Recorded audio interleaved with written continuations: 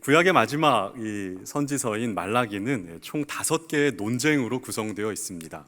하나님께서 질문하시고 또 이스라엘은 거기에 대해서 항변하고 하나님은 다시 그 이스라엘을 책망하고 교훈하는 내용으로 총 5개의 논쟁으로 구성이 되어 있는데, 오늘 저희가 함께 보는 이 두 번째 이 논쟁은 이 5개의 논쟁 중에서 분량에 있어서 가장 깁니다. 그러니까 말라기가 총 55개 구절로 되어 있는데 이 두 번째 논쟁 자체가 18절로 구성되어 있기 때문에 그래요. 그러니까 5분의 1이지만 분량에 있어서는 3분의 1을 차지하는 굉장히 긴 말씀이다. 그렇게 좀 이해를 할 필요가 있습니다. 이 말라기의 말씀은 여러분 아시는 것처럼 구약의 맨 마지막에 시대를 살았던 하나님의 백성을 향한 우리 하나님의 말씀이었습니다. 하지만 저는 이 구약의 마지막을 살아갔던 이스라엘 백성을 향한 하나님의 외침이 신약의 한복판을 살아가는 저와 여러분에게도 여러모로 의미가 있다라고 좀 생각을 해봤어요. 또 코로나의 끝부분을 지나가고 있는 우리가 이 시점에서 한 번쯤은 살펴봐야 할 말씀이다. 저는 그렇게 생각을 하고 있습니다. 이 두 번째 논쟁의 내용이 좀 길지만 한번 같이 살펴보도록 하겠습니다. 먼저 6절의 말씀인데요. 6절의 말씀을 같이 읽어볼까요? 시작. 내 이름을 멸시하는 제사장들아, 나 만군의 여호와가 너희에게 이르기를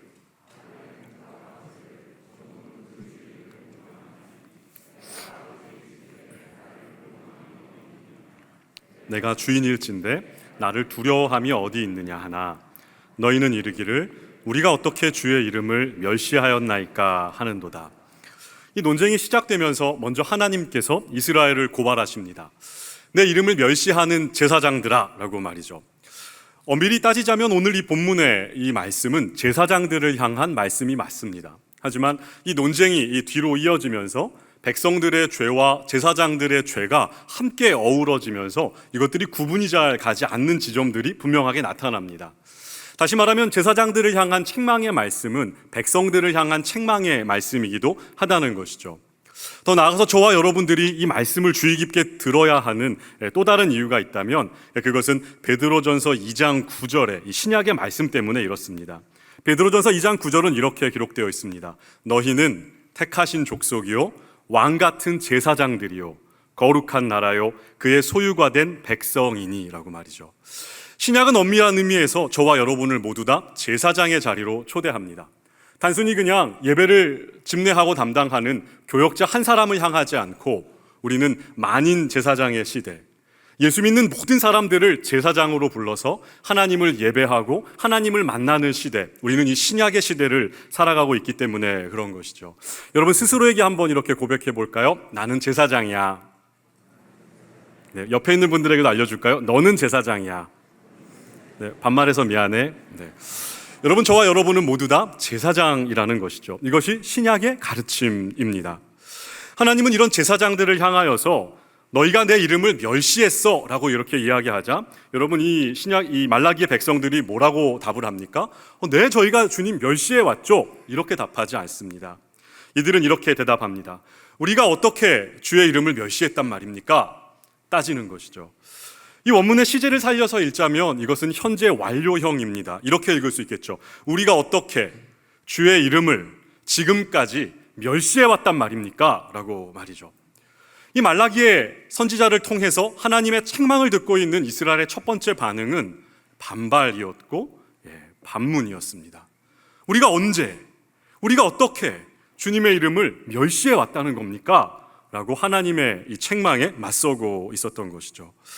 사실 이 말라기서에 굉장히 여러 가지 특징이 있지만 중요한 특징 하나를 꼽자면 구약에 그렇게 빈번하게 등장하고 있는 우상숭배의 죄가 이 말라기서에는 등장하지 않는다는 것입니다.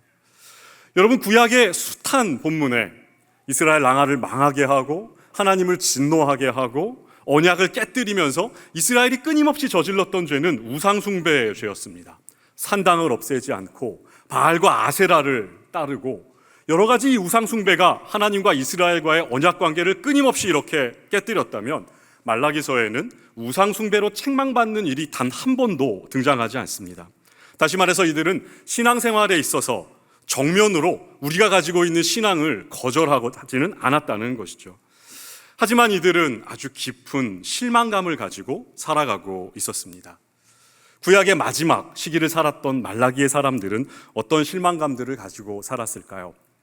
실제로 이들의 부모 세대 그리고 할아버지 세대는 여러분 70년의 포로기를 끝내고 1600km나 되는 먼 거리를 걸어서 고국 땅으로 돌아왔던 믿음의 세대들이었습니다. 이들은 믿음을 가지고 70년 동안 살았던 바벨론 땅을 떠나서 이 성전을 짓기 위해서 돌아왔던 세대들, 이들의 부모 세대들이었습니다. 이 세대들을 향하여서 하나님께서는 학개와 또 스가랴와 같은 선지자들을 보내서 계속해서 이들에게 약속하시고 이야기하셨어요. 성전을 지어라. 그러면 너희는 복을 받을 거야. 학개를 통해서는 하나님께서 마음을 막 한가득 불어넣어 주셨습니다. 너희가 판벽한 집에 거하는 게 옳으냐? 내 집을 먼저 지어라. 그러면 너희의 궁핍한 삶은 끝날 것이고 하늘이 열리고 너에게 비를 내리고 너희들은 남들이 부러워하는 풍성한 삶 살아가게 될 거야. 학개를 통해 이렇게 하나님이 말씀하셨으니까요. 또 스가랴를 통해서는 앞으로 오실 왕이자 제사장인 메시아 예수님을 기대하며 성전 되시는 예수님을 바라보며 참된 성전을 지어야지 스가랴를 통해서는 또 부모들에게 그렇게 격려를 하셨거든요.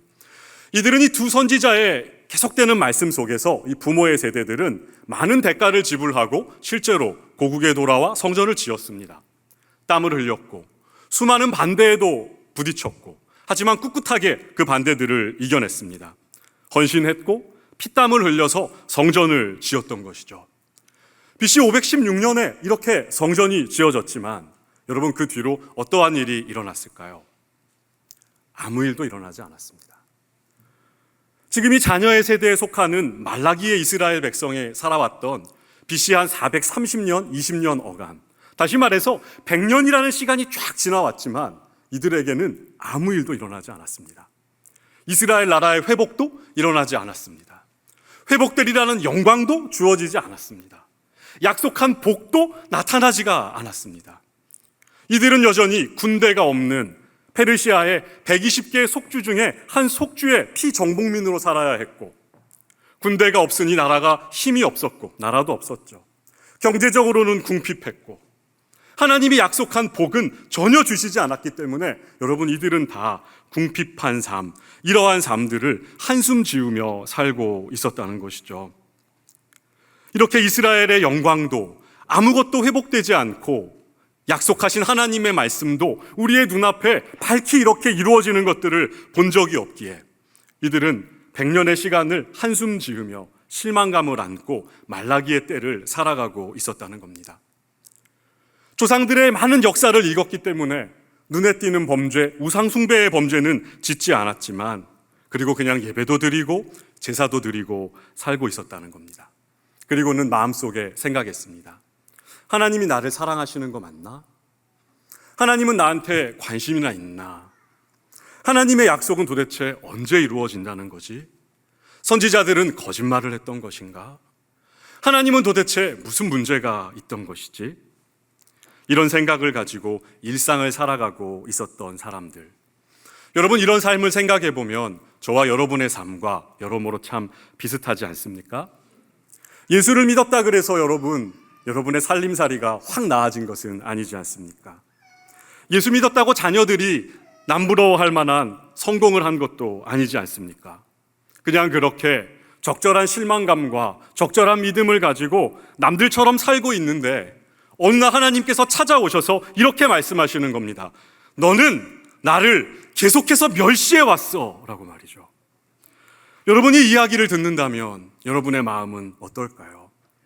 주님 이렇게 힘들게 살아가고 있는데 왜 격려해 주지 않고 사랑해 주지 않고 우리를 위로해 주지 않고 너 나를 지금 무시해 왔어, 너 나를 지금 멸시해 왔어 라고 하나님이 말씀하신다면 여러분은 어떻게 반응하시겠습니까? 오늘 저는 이스라엘이 이렇게 삶을 살아가면서도 하나님께 책망받아야 했던 이유들을 좀 살펴보고 우리 아버지의 마음에 우리를 향해 가지고 계셨던 기대를 좀 나누어 보고자 합니다. 첫 번째 7절의 말씀을 좀 한번 같이 또 보겠습니다. 7절입니다. 함께 읽겠습니다. 시작. 너희가 더러운 떡을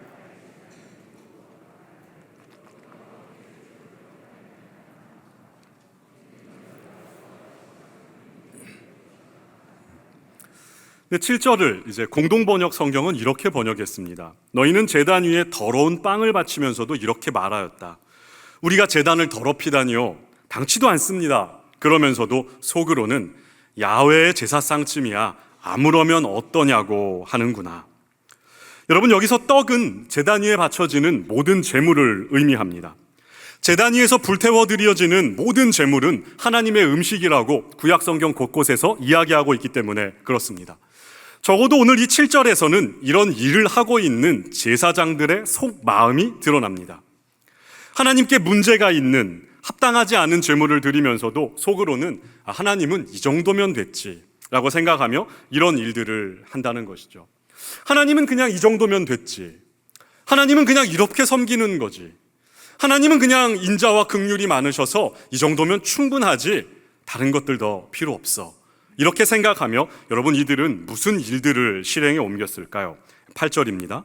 만군의 여호와가 이르노라. 너희가 눈먼 희생제물을 바치는 것이 어찌 악하지 아니하며 저는 것 병든 것을 드리는 것이 어찌 악하지 아니하냐. 이제 그것을 너희 총독에게 드려보라. 그가 너를 기뻐하겠으며 너를 받아주겠느냐. 이들은 이렇게 생각만 한 것이 아니라 그 생각을 바탕으로 하나님의 제단 앞에 나아올 때 눈이 먼 것, 병든 것, 저는 것을 가지고 나왔다는 말입니다. 사실 눈이 먼 것, 저는 것, 병든 것이 문제가 되는 이유는 무엇일까요? 하나님은 왜 이것을 가지고 나온 제사장들을 향하여서 악하다 이렇게 이야기하시는 것일까요? 그것은 신명기 15장 21절의 말씀 때문에 그렇습니다. 여러분 좀 귀찮으시겠지만 신명기 15장 21절 말씀을 한 번만 좀 찾아주시겠습니까? 신명기 15장 21절의 말씀입니다.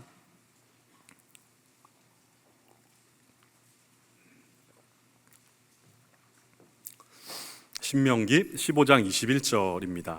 굉장히 짧은데요. 같이 한번 읽어보겠습니다. 시작. 그러나 그 짐승이 흠이 있어서 절거나 눈이 멀거나 무슨 흠이 있으면 내 하나님 여호와께 잡아들이지 못할지니. 신명기에 기록되어 있는 이 하나님의 명령과 오늘 이 말라기에서 하나님이 제사장들을 책망하는데 이들이 실행에 옮기고 있는 이 말씀의 내용은 여러분 정면으로 부딪히고 있다는 것들이 보이십니까? 하나님은 분명히 눈먼 것, 저는 것, 병든 제물은 안 된다 말씀하셨는데 지금 이 이스라엘 백성들과 제사장들은 정확히 눈먼 것, 저는 것, 병든 것을 가지고 하나님 앞에 나왔다는 겁니다. 사실 이들의 삶은 말씀드린 것처럼 넉넉하지 않았습니다. 아직 이스라엘 나라가 완전히 회복되지가 않았기 때문에 그런 것이죠. 다윗과 솔로몬 때에 아주 강력했던 나라의 국력을 회복하지 못했고 이들은 피지배 민족의 삶을 살며 나름대로 궁핍한 삶을 살고 있었기 때문에 여러분 이렇게 항변할 수 있을지 모르겠습니다. 하나님이 복을 주시지 않아서 제가 이 모양 이 꼴로 살아가고 있는데 근데 어떻게 제가 이런 재물을 가지고 온단 말입니까? 라고 항변할 수도 있을 것 같습니다. 그러나 이런 기대는 14절에서 처참하게 무너집니다. 14절은 이렇게 기록합니다. 짐승떼 가운데에 수컷이 있거늘 그 서원하는 일에 흠 있는 것으로 속여내게 드리는 자는 저주를 받으리니. 무슨 말입니까? 이들은 분명히 흠 없는 수컷 재물을 가지고 있었다는 겁니다. 가지고 있었지만 흠 없는 재물들은 감추어 놓고 흠 있는 것들을 골라서 하나님 앞에 가지고 나왔다는 것이죠. 자신을 위해서는 흠 없는 것, 다시 말해서 상품 가치가 있는 것, 돈이 되는 것, 남을 전혀 줄 수 없는 것, 이런 것들은 자기를 위해서 이렇게 빼놓고 쓰고 남은 것, 남줘도 그렇게 아깝지 않은 것, 팔자니 그렇게 돈도 되지 않는 것, 어차피 불태워지면 다 타서 연기가 되어버릴 거, 어차피 똑같은 고깃덩어리 되어버릴 거, 그게 무슨 상관이야. 어차피 불태워버릴 거 좀 더 싼 거 태우는 게 낫지. 이들은 세상 셈에 아주 밝은 사람들이었다는 겁니다. 학자들은 여기서 이러한 생각들을 해봅니다. 이 제사 제도가 이런 식으로 돌아가기 시작했으면 이러한 이 제사 시스템 속에서 제사장과 백성들 모두는 손해보는 일이 없었을 거다라고 말이죠. 왜 그럴까요? 백성들은 싼 값에 제사를 드릴 수가 있었습니다. 값이 나가지 않는 눈먼 것, 병든 것, 저는 것, 어디다 팔 수 없는 것, 팔아서 제값도 못 받는 것, 이런 것들을 가지고 제사를 많이 드릴 수 있었기 때문에 싼 값으로 제사를 드릴 수 있었고 제사장들은 여러 번 드려지는 이 제사 행위를 통하여서 거기서 취하는 고기가 늘어날 수가 있었다는 것이죠. 실제로 여러분, 흠 없는 것들이 제사에만 사용되었다면 여러분 얼마나 제사의 숫자가 줄었겠습니까? 사람들이 함부로 쉽게 제물을 가지고 하나님 앞에 나올 수 없었다면 실제로 헌제자의 숫자도 줄어들 것이고, 그러면 제사장이 가져갈 수 있는 고기의 양도 줄어드는 것이죠. 어차피 태워지면 고기 덩어리에 불과한 것, 싼 값으로 제사를 드리고 고기도 많이 얻고 헌제자도 재밌고 제사장도 재미를 보는 이러한 시스템이 돌아가고 있었다는 겁니다. 이 속에서 손해를 보는 분은 단 한 분 계시죠. 누굽니까? 하나님만 멸시와 조롱을 당하게 된다는 것이죠.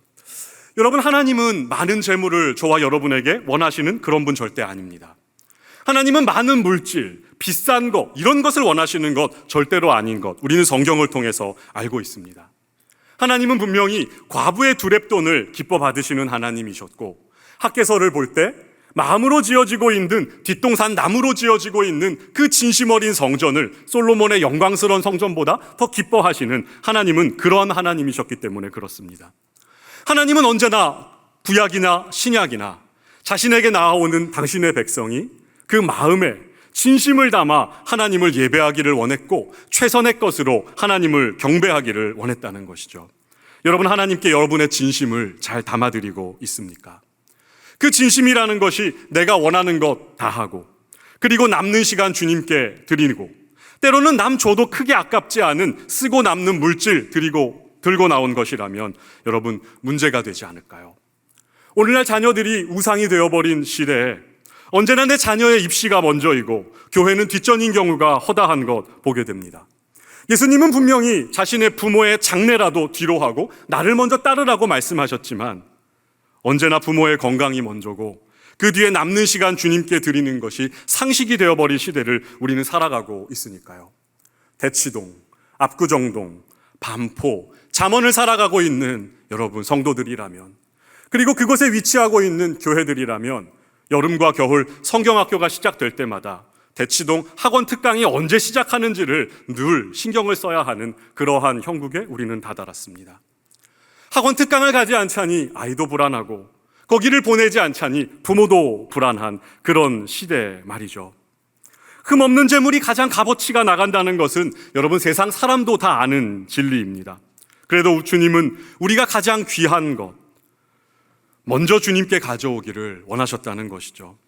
성도라면, 좁은 길을 걷는 참된 성도라면 나를 위해, 내 가정을 위해, 내 남편과 자녀를 위해 먼저 귀한 시간 다 쓰고 그리고 남는 시간 주님께 가지고 오는 여러분 말라기의 이스라엘 백성들의 모습을 우리는 반복해서는 안 될 것입니다.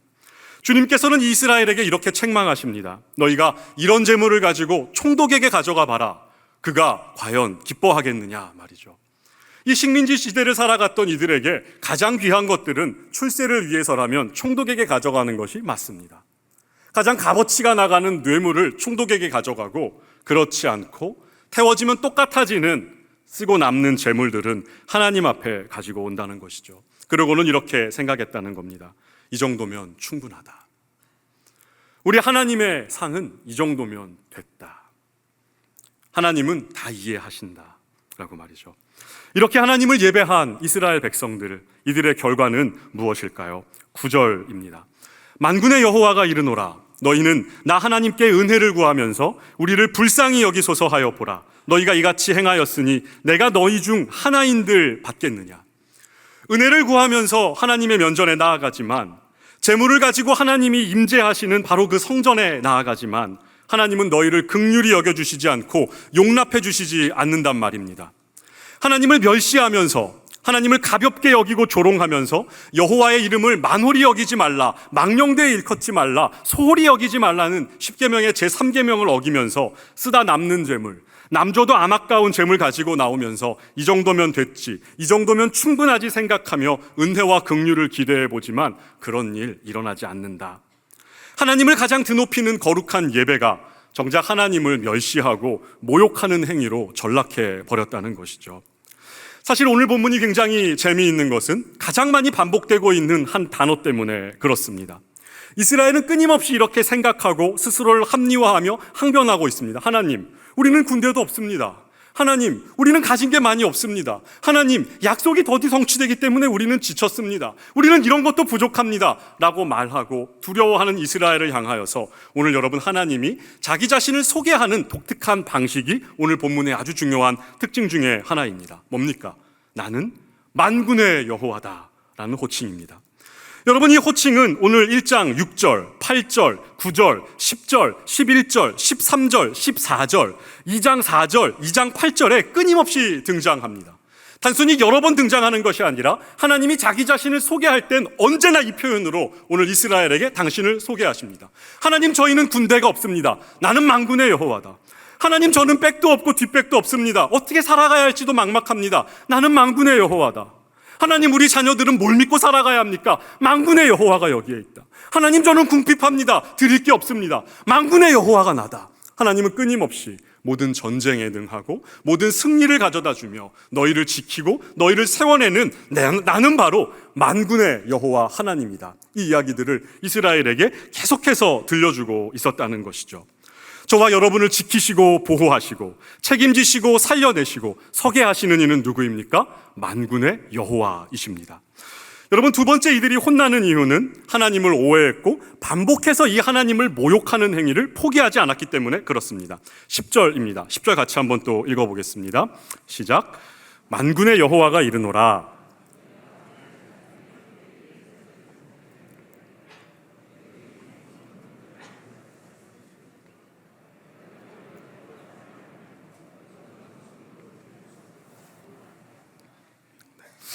이들은 이렇게 하면서도 제단의 제물이 어떠한 효용이 있다고 생각을 했습니다. 제물이 효과가 있다고 보는 것이죠. 무엇을 기대했을까요? 하나님께서 이 말라기의 시대를 살아가기 이전에 포로에서부터 귀환한 이스라엘 그 백성들에게, 이들의 조상들에게 제일 먼저 하라고 하신 일은 성전을 짓는 것이었습니다. 학개와 스가랴라는 두 명의 선지자를 동시에 보내서 같은 시기에 시차도 그렇게 떨어지지 않게 두 선지자가 끊임없이 이들에게 이야기했던 것은 성전을 지어라라는 거였습니다.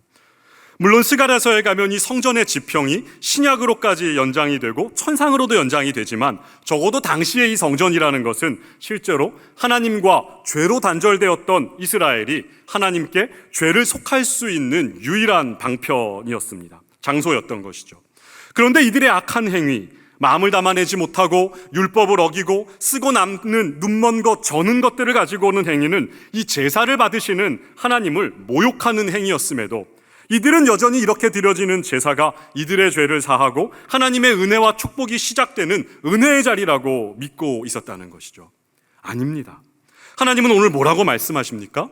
너희들의 제사는 헛된 것이며 내가 받을 수 있는 제사가 아니야 라고 말씀하시고, 더 나아가서 누군가가 너희가 더 이상 죄를 짓지 못하도록, 나를 더 이상 모욕하고 멸시하지 못하도록 누가 성전의 문을 꽝 닫아서 못질을 해줬으면 좋겠어. 하나님은 이렇게 말씀하고 있는 것이죠. 사랑하는 여러분, 하나님은 저와 여러분에게 속지 않으십니다. 우리가 어떤 마음으로 하나님을 예배하는지, 우리가 정말 어떠한 마음으로 주님께 나아오고 있는지 우리 주님은 속지 않는단 말입니다. 여러분, 지금 하나님을 예배하고 계십니까? 아니면 하나님의 이름을 멸시하고 계십니까? 더욱 무서운 것은 이런 일들이 개개인의 문제가 아니라 이런 죄악과 문제가 공동체의 문제로 퍼져가는 것이 문제인 것 같습니다. 12절입니다. 그러나 너희는 말하기를 여호와의 식탁은 더러워졌고 그 위에 있는 과일 곧 먹을 것은 경멸히 여길 것이라 하여 내 이름을 더럽히는도다. 사람들은 이제 서로 이런 말들을 주고받는단 말입니다. 야, 어차피 제단은 더러워진 거 아니야. 이런 식으로 사람들이 제사장과 짜고 어차피 흠 있는 거, 저는 것들을 바쳤으면 이미 제단은 더러워진 거지. 이미 시국이 이런데 내가 제대로 된 제물을 드리는 것은 내가 바보지. 내가 왜 그렇게 살아야 돼? 남들도 다 그렇게 제물을 가지고 나오고 남들도 다 그렇게 신앙생활을 하고 남들도 다 그렇게 하나님을 섬기는데 그냥 그렇게 섬기면 되는 것 아니야. 이야기를 서로 주고받으면서 이 문제, 이 죄들을 공동체에 계속해서 이렇게 퍼뜨려내고 있다는 것이죠. 실제로 우리 예수님께서는 두세 사람이 모인 곳에 내가 함께 있겠다 말씀해 주셨는데 저는 사역하면서 그런 것들을 본 적이 별로 없습니다. 두세 사람이 모이면 오히려 용감해지더라고요. 용감해지셔서 나쁜 일도 더 많이 하고 목사님 욕하고, 뭐 권사 욕하고, 집사 욕하고, 흉보고 이런 일도 더 많이 이렇게 하시더라고요. 여러분 정말 그러시면 안 되는 것이죠. 두세 사람이 모이면 성령이 임하는 모임이 돼야 하는데 여러분 절대로 나쁜 일에 용감해지시면 안 되는 거예요. 하나님의 이름을 망령되이 소홀히 여기지 말라라는 것은 십계명의 세 번째 계명의 말씀이었습니다. 그리고 예수님께서 이 땅에 오셔서 제자들에게 기도를 가르쳐 주실 때 여러분 첫 번째 기도의 제목도 이거였습니다. 아버지의 이름이 거룩히 여김을 받으시옵소서라는 기도 너희가 제일 먼저 해야 돼라는 것이죠. 우리는 이런 일들로 부름을 받은 사람들인데 우리는 이런 잘못된 생각과 행동들로 우리가 아무렇게나 하나님을 대해도 예배를 받으시는 별 대수롭지 않은 하나님으로 저와 여러분이 만들어서는 안 된다는 말입니다. 저는 이 코로나 시대를 끝내면서 이런 생각들을 좀 해봤습니다. 정말 온라인으로 하나님을 예배하는 것은 가능할까? 아마 2부 때도 그랬고 3부 때도 그렇고 유튜브를 통하여서 한 600~700명의 성도분들이 온라인으로 예배를 참석하는 것들을 알기 때문에 너무 이렇게 조심스러운 마음이 있습니다. 하지만 여기에 어느 정도 우리 간에 합의가 있어 보입니다. 온라인의 하나님도 하나님이시다. 오프라인의 하나님만 하나님이시더냐. 여러분 그런 말에 어느 정도 우리는 이제 가능하다, 우리는 공감할 수가 있습니다. 하지만 여러분 태도를 보고 그 내용을 살펴보면 불가피한 어떤 차이들이 만들어지는 것들 생각해 볼 수 있습니다. 불가피한 상황에서 최선을 다해서 온라인으로 드려지는 예배, 여러분 이것을 하나님이 뭐라고 하실 수가 있을까요? 없습니다. 병원에 누워서 드리는 예배, 우리 어르신들이 건강상의 문제 때문에 거동이 불편하셔서 어쩔 수 없이 드려지는 예배, 또 먼 곳에 가서 어쩔 수 없이 정말 이 사랑하는 교회 현장에 나올 수 없는 분들의 이런 온라인 예배, 이런 것들은 얼마든지 저도 이해할 수 있고 여러분도 이해할 수 있고 아마 우리 주님께서도 이해하실 수 있는 예배라고 저는 생각을 해봅니다. 하지만 모든 것이 갖추어져 있고 상황이 허락되는데 내 편의를 위해서 내 집안의 편안한 소파에 이렇게 앉아서 커피를 이렇게 손에 쥐고는 오늘 목사들이 무슨 얘기를 하나 다리를 꼬고 앉아서 여러분 예배를 드리고 있는 분들이 있다면 이것은 다른 예배라고 얘기라고 생각합니다. 심심할 땐 너트도 한 주먹 집어서 잠 오지 않게 꾸역꾸역 씹어 먹을 수도 있고 허브티와 커피 같은 것들을 마시고 커피가 떨어지면 자유롭게 식탁에 가서 커피포트에 버튼을 눌러서 물을 데피고 왔다 갔다 하며 무언가를 먹고 필요할 때 화장실도 오가고 과일이나 견과류도 집어먹고 심심할 때 카톡도 열어보고 이메일도 열어보면서 드리는 그러한 예배 말이죠. 몇 분 웃으시는 분이 계신데 해본 것 같습니다. 네. 여러분 이렇게 드리는 예배 과연 우리의 최선이고 가장 소중한 것을 드리는 진심의 예배일까요? 우리의 양심은 그 답을 알고 있을 것 같습니다. 세 번째, 이스라엘 백성들이 지금 책망을 받고 있는 세 번째 이유는 이들은 순종의 길을 번거롭게 여겼다는 것입니다. 13절의 말씀입니다. 또 한번 같이 읽어볼까요? 시작. 만군의 여호와가 이르노라.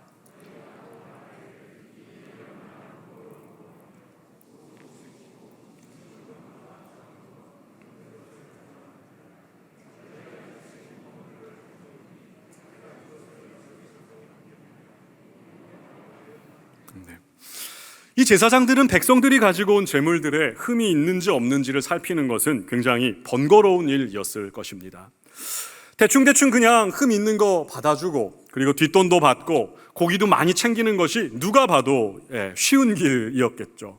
할 일도 적어지고 수익은 많아지는 최소한의 노력으로 최대의 이익을 차리는 일들 제사장들도 할 수 있다는 것이죠.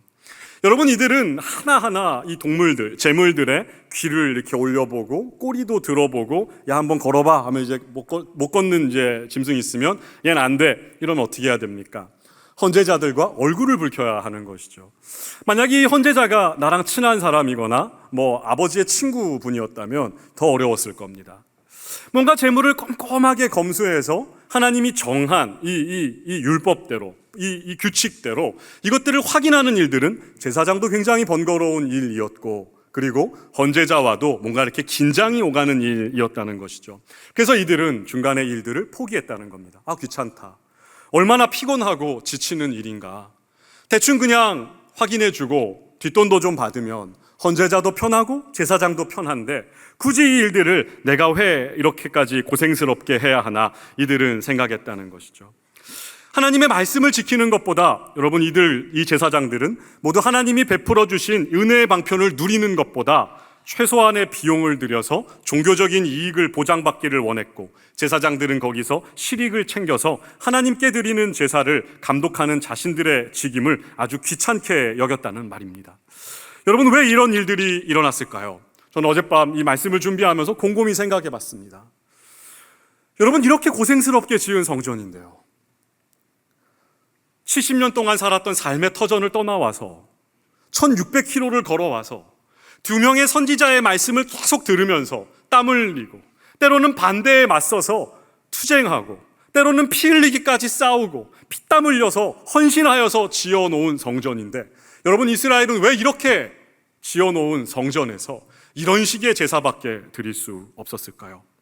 그리고 왜 이런 이스라엘을 하나님은 100여 년 동안 지켜만 보셨을까요? 여러분, 저는 이 부분이 참 마음이 아팠습니다. 어찌 보면 저와 여러분의 삶도 비슷하지 않습니까?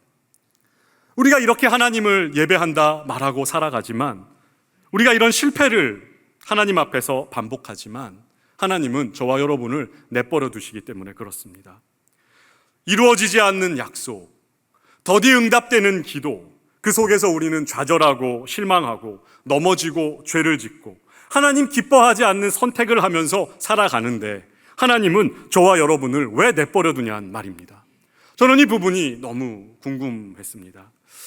이 부분을 신학적으로 설명해 보자면, 여러분, 이것은 저와 여러분의 구원과 직결된 문제입니다. 조직신학의 신학 용어 중에 오르도 살루투스라는 말이 있습니다. 영어로는 The Order of Salvation인데요, 구원의 서정, 구원의 순서라는 말입니다. 한 성도들에게 예수를 믿을 때 예수와 우리가 딱 연합되어서 우리 안에 일어나는 구원의 다양한 측면의 변화들을 나름대로 그래도 논리적인 순서에 따라서 한번 나열해 보겠다는 여러분 시도였습니다. 저와 여러분은 어떻게 구원이 시작되었을까요? 라고 묻는다면, 에베소서 1장 4절은 하나님께서 창세전에 저와 여러분을 택했다라고 증언합니다. 이것을 신학적인 용어로 간단하게는 예정이라고 말을 합니다. 그 뒤에 뒤따르고 있는 여러분 순서들이 있습니다. 저는 신학교 때 이것을 앞자리만 따서 외웠는데요, 여러분도 한번 외워놓으면 평소에 어디 가서 아는 척 하는데 굉장히 유용할 것입니다. 한번 앞자리만 한번 적어보시겠어요? 소, 중, 회, 신, 칭, 수, 성, 견입니다. 소중회신, 칭수성, 견이라고 말이죠. 굉장히 빠른가요? 마음이 없으신 것 같은데 별로? 간단하게 한번 설명을 해보겠습니다. 우리의 삶이 하나님의 그 영원한 예정에서부터 저와 여러분의 삶이 시작되는데요, 그 다음 단계는 바로 소명의 단계입니다. 누군가가 저와 여러분의 삶에 찾아와서 예수 믿으세요, 예수님이 여러분을 위해서 대신 죽으셨습니다, 하나님 여러분 사랑하세요 라고 복음을 전하죠. 이것을 이제 외적인 소명, 외적인 부름이라고 합니다. 여러분, 이렇게 복음이 전해질 때야만 비로소 여러분, 우리 안에 믿음이라는 것이 생겨납니다. 어떠한 사람은 이런 복음 앞에서 싫어요 라고 거절하기도 하지만, 어떤 사람은 예, 아멘, 제가 믿을게요 라고 믿음이 생겨나기도 한다는 것이죠. 여러분, 이렇게 믿음이 생겨나는 이 상태를 내적인 소명, 유효적 소명 이렇게 표현합니다. 하나님이 택한 자를 하나님이 불러내실 때, 하나님이 불러내시는 이 불가항력적인 이 부름 앞에서 저항할 수 있는 영혼은 아무도 없다는 것이죠. 내가 너를 정했어, 내가 너를 부를 거야 라고 여러분의 영혼을 확 불러내실 때, 한낱 피조물인 저희는 하나님의 이 주권적인 부름 앞에 저항을 할 수가 없습니다. 그렇기 때문에 우리는 하나님 앞에 불려 나온다는 것이죠. 네 하나님 하고 말이죠. 이것을 내적인 소명이라 그래요. 이렇게 부름받은 우리의 영혼이 어떻게 됩니까? 거듭납니다. 이것을 중생이라고 표현해요. 이렇게 여러분, 거듭난 영혼은 깨닫습니다. 내가 얼마나 악한 죄인인지를 깨닫고 하나님 앞에서 회개를 하게 돼요. 주님, 제가 죄를 졌군요. 지난 날들을 후회하고 하나님 없이 살았던 날들 제가 용서를 구합니다. 회개를 하죠. 그 다음은 어떻게 됩니까? 이 죄에서부터 우리를 구원할 수 있는 유일한 길이 예수님밖에 없다는 사실을 믿기 시작하는데, 이것을 신앙이라고 표현합니다. 어디까지 왔죠? 예정에서, 소명에서, 중생에서, 회개에서 신앙까지 왔어요. 이렇게 여러분, 예수님을 이제 탁 이렇게 이제 믿고 나면 하나님께서 어떻게 합니까? 저와 여러분을 더 이상 우리의 죄로 대하지 않고 우리의 죄를 용서하시고 예수님의 피로 우리를 다 씻으셔서 우리를 의롭다라고 칭해 주시는데, 이것을 칭의라고 합니다. 너희는 의롭다라고 선언해 주신다는 것이죠. 하나님의 법정에서요. 네. 너희는 여전히 죄 속에 살아갈지 모르지만 너희는 의로워. 왜냐하면 모든 죄를 다 내가 용서했으니까. 난 더 이상 너희를 죄인이라고 부르지 않고 의롭다, 의인이라 대할 거다. 이렇게 의롭게 한 우리를 어떻게 합니까? 하나님의 자녀로 삼으십니다. 이것을 수양이라 그래요. 양자됨이죠. 수양이에요. 네. 여러분, 여기까지가 이제 하나의 순서입니다. 이렇게 우리가 자녀가 되면 그 다음에 옵니까? 우리의 잃어버렸던 하나님의 형상을 회복하고 주님을 향한 거룩한 삶을 살아가는 성화의 단계에 우리는 돌입합니다. 이것이 성화이고, 이렇게 이 성화의 단계에 돌입한 이후에 우리가 이 땅을 사는 날 동안 아무리 핍박이 오고 시험이 와도 우리의 믿음이 떨어지지 않도록, 이 구원에 이르는 믿음의 길에서 벗어나지 않도록 우리를 인도해 주시는 은혜, 이걸 견인이라 그러고, 마지막에 죽어서 우리는 영화의 단계에 들어가는 이 모든 단계가 구원의 서정이에요. 근데 여러분, 문제가 무엇이냐면 바로 성화 때문에 그렇습니다. 우리를 예정하시고, 그리고 부르시고, 우리를 거듭나게 하시고, 우리를 회개하게 하시고, 우리로 하여금 예수님을 믿게 하시고, 그리고 하나님의 자녀가 되시는 이 모든 사건은 다 불가항력적으로 일어납니다. 하나님의 주권적인 사역이라는 거예요. 여러분이 원하지 않아도 여러분 이루어지지 않을 수가 없습니다. 왜요? 하나님이 정하셨거든요. 하나님이 주권적으로 우리를 불러서 이 모든 일들을 하나님 원하시는 대로 다 하신다는 겁니다. 불가항력적이고 주권적이고 강권적인 사역이라는. 근데 성화에 이르러서는 문제가 생기기 시작합니다. 성화는 하나님께서 주도하시는 신인 협력 사역이다.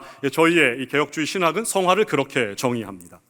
하나님께서 주도하시는 것이지만 어떻게 됩니까? 그 과정에 있어서, 내용에 있어서 저와 여러분이 성령 하나님과 함께 협력해서 이루어 나가는 사역이라는 거예요. 모든 문제는 여러분 여기서부터 시작됩니다. 하나님이 그냥 알아서 다 하시면 되는데 우리를 인격적으로 대하시고 우리를 존귀하게 대하시는 이 성화 파트, 우리는 그러한 삶을 지금 살아가고 있는 것이거든요. 어떻게 대하십니까? 하나님이 우리에게 손을 내밀고 그 손을 우리가 잡아주기를 원하세요. 그러면 우리가 이 잡은 만큼만 하나님이 우리를 거룩하게 하시고 한 걸음 한 걸음씩 나아갑니다. 우리가 이 손을 놓으면 어떻게 될까요? 하나님은 그냥 여전히 그 자리에서 우리가 그 손 잡아주기를 기다리고 계십니다. 우리가 거룩해지고 하나님을 닮아가고 하나님의 마음을 헤아리는데 시간이 걸리는 이 길을 하나님은 택하셨다는 거예요. 만약에 여러분, 하나님이 저와 여러분을 이 성화의 과정에서 비인격적으로 대했다, 그러면 여러분 어떠한 일들이 일어날까요? 네가 이런 재물을 가지고 나왔어? 그래? 일단 손가락 하나부터 자르고 보자. 딱 자르시겠죠? 피가 막 낭자하게 튈 거예요. 다음에 예배드리러 왔을 때는 다들 선열이 낭자한 예배당을 보면서 납작 엎드리겠죠.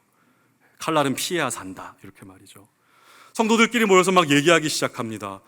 그 김집사 지난주에 예배 그렇게 드렸다가 오늘 천국 갔잖아. 여러분, 하나님이 우리를 비인격적으로 대하신다는 건 그런 거잖아요. 강압하고 등 떠밀고 폭군처럼 우리에게 막 칼을 휘두르면서 안 하면 다 너희 죽을 줄 알아. 여러분, 그것은 우리를 비인격적으로 대하신다는 거죠. 만약 하나님이 저와 여러분을 그런 식으로 대하셨다면 여러분, 내일 우리의 예배는 달라졌을 겁니다. 그렇죠? 살기 위해서 우리는 못하는 게 없는 사람들이잖아요. 그런데 하나님께서는 그렇게 저와 여러분을 대하시지 않으신다는 거예요. 어떻게 대하십니까? 자녀로 대하시고 인격적으로 대하신다는 겁니다.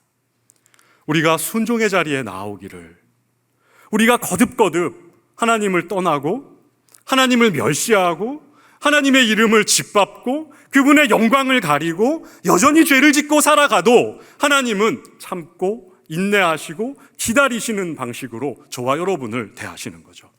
오늘 이 말라기의 백성들을 하나님께서는 지금 100년을 기다려 오셨어요. 100년이라는 시간 동안 이들은 계속해서 하나님을 멸시해 왔는데 하나님이 그 끝에 지금 말라기라는 선지자를 통하여서 이 일들을 지적하고 계신 겁니다. 너희가 언제까지 나를 멸시할래? 나는 너희들을 복주기 위해서 내 백성을 삼았는데 너희들은 왜 그 자리에 오지 않는 거야? 약속이 더디 이루어진다고, 군대가 없다고, 힘이 없다고, 뭔가 기도의 응답이 더디다고, 여전히 나는 궁핍한 삶 가운데 살아가고 있다고, 여전히 나는 낙심하고 좌절될 만한 상경 가운데 있다고, 왜 그 길들을 가고 있는 거지? 나는 만군의 여호와인데 나에게 전심으로 나아와서 너희가 가장 좋은 것들로 나를 예배하기 시작하면 나는 너희들을 지키고 돌보고 품고 사랑하고 세워내는 나는 만군의 여호와인데 라고 말이죠. 여러분, 저는 이 아버지의 마음을 저희 첫째 아이가 입교를 할 때 깨달았습니다. 저에게 이제 세 아들이 있어요. 저희 첫째 아이가 이제 고등부 1학년 올라갔는데 오늘 아빠가 주일 낮예배 설교를 한다고 하니까 맨 앞에 앉아서 예배를 드리겠다고 저한테 막 이야기를 하더라고요. 되게 기뻤습니다. 하지만 오늘 아침에 피곤해서 안 될 것 같다고 아빠 미안하다 그래서 지금 여기 없어요, 얘가. 그래서 제가 이 얘기를 하는 거예요. 나쁜 놈. 그렇게 아빠의 마음을 들었다 놨다 해요. 자녀들이 그렇잖아요. 네.